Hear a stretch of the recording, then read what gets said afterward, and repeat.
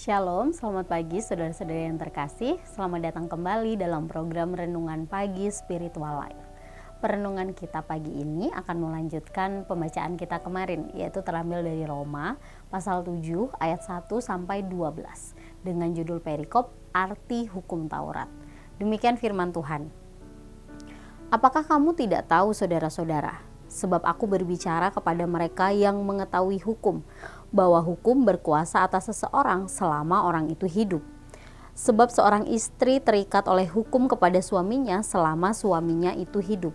Akan tetapi apabila suaminya itu mati, bebaslah ia dari hukum yang mengikatnya kepada suaminya itu. Jadi selama suaminya hidup, ia dianggap berzinah kalau ia menjadi istri laki-laki lain. Tapi jika suaminya telah mati, ia bebas dari hukum, sehingga ia bukanlah berzinah kalau ia menjadi istri laki-laki lain. Sebab itu saudara-saudaraku, kamu juga telah mati bagi hukum Taurat oleh tubuh Kristus, supaya kamu menjadi milik orang lain, yaitu milik Dia yang telah dibangkitkan dari antara orang mati, agar kita berbuah bagi Allah. Sebab waktu kita masih hidup di dalam daging, hawa nafsu dosa yang dirangsang oleh hukum Taurat bekerja dalam anggota-anggota tubuh kita agar kita berbuah bagi maut. Tetapi sekarang kita telah dibebaskan dari hukum Taurat, sebab kita telah mati bagi Dia yang mengurung kita, sehingga kita sekarang melayani dalam keadaan baru menurut roh dan bukan dalam keadaan lama menurut hawa nafsu hukum Taurat. Jika demikian, apakah yang hendak kita katakan? Apakah hukum Taurat itu dosa? Sekali-kali tidak. Sebaliknya, justru oleh hukum Taurat aku telah mengenal dosa. Karena aku juga tidak tahu apa itu keinginan, kalau hukum Taurat tidak mengatakan jangan mengingini. Tetapi dalam perintah itu, dosa mendapat kesempatan untuk membangkitkan di dalam diriku rupa-rupa keinginan, sebab tanpa hukum Taurat, dosa mati. Dahulu aku hidup tanpa hukum Taurat, akan tetapi sesudah datang perintah itu, dosa mulai hidup. Sebaliknya, aku mati. Dan perintah yang seharusnya membawa kepada hidup ternyata bagiku justru membawa kepada kematian. Sebab dalam perintah itu dosa mendapat kesempatan untuk menipu aku, dan oleh perintah itu ia membunuh aku. Jadi hukum Taurat adalah kudus, dan perintah itu juga adalah kudus, benar, dan baik.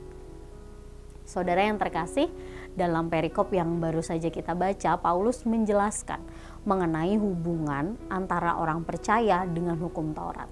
Nah, mari kita lihat beberapa hal yang disampaikan oleh Paulus tersebut.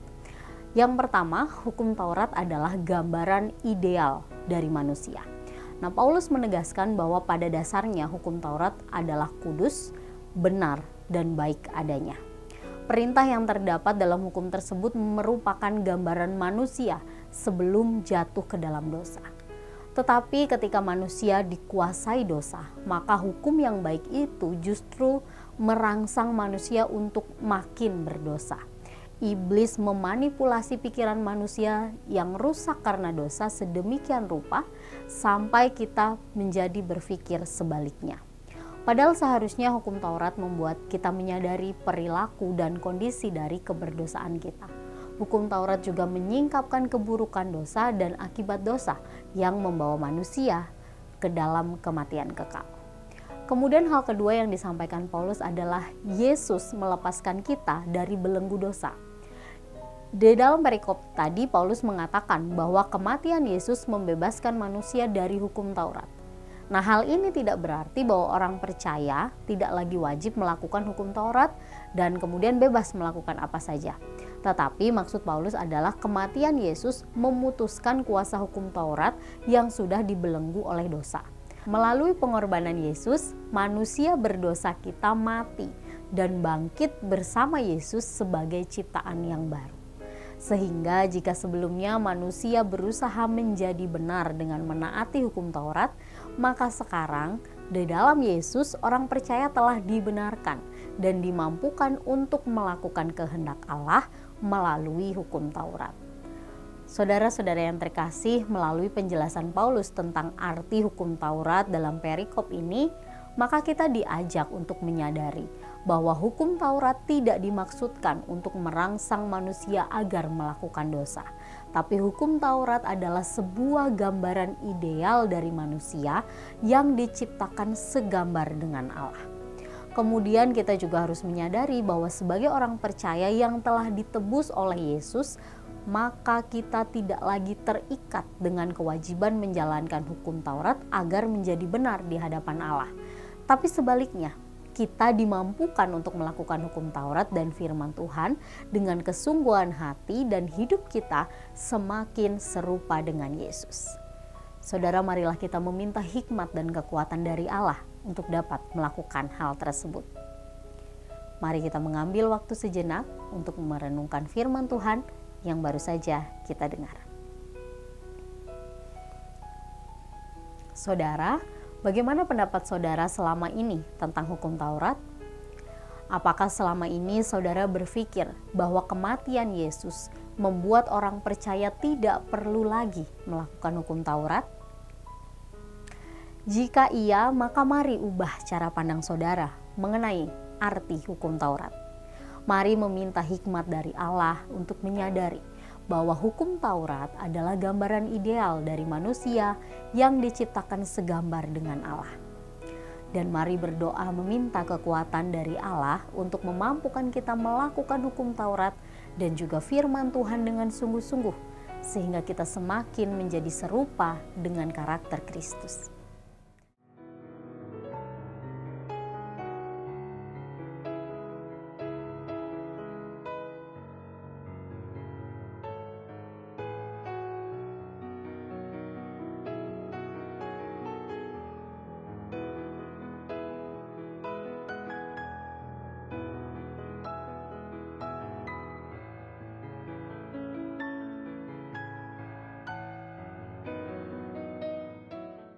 Demikian renungan kita hari ini.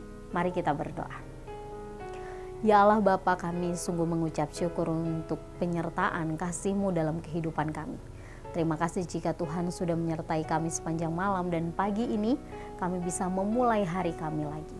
Kami juga bersyukur Tuhan untuk kebenaran firman-Mu yang disampaikan pagi hari ini, yang mengingatkan kepada kami bahwa sebagai orang percaya kami harus menyadari bahwa kami dimampukan oleh Roh Kudus untuk melakukan kehendak Tuhan, baik itu melalui hukum Taurat atau juga melalui kebenaran-kebenaran firman Tuhan yang lain. Ya Tuhan, ajar kami untuk setia, ajar kami untuk taat, melakukan kehendak Tuhan dalam kehidupan kami. Kami berdoa Tuhan menyerahkan seluruh hidup kami dan semua hal yang akan kami kerjakan hari ini. Biarlah hidup kami tetap mempermuliakan nama-Mu. Dalam nama-Mu kami berdoa dan mengucap syukur. Haleluya. Amin. Demikian renungan kita. Selamat pagi, selamat beraktivitas. Tuhan Yesus memberkati.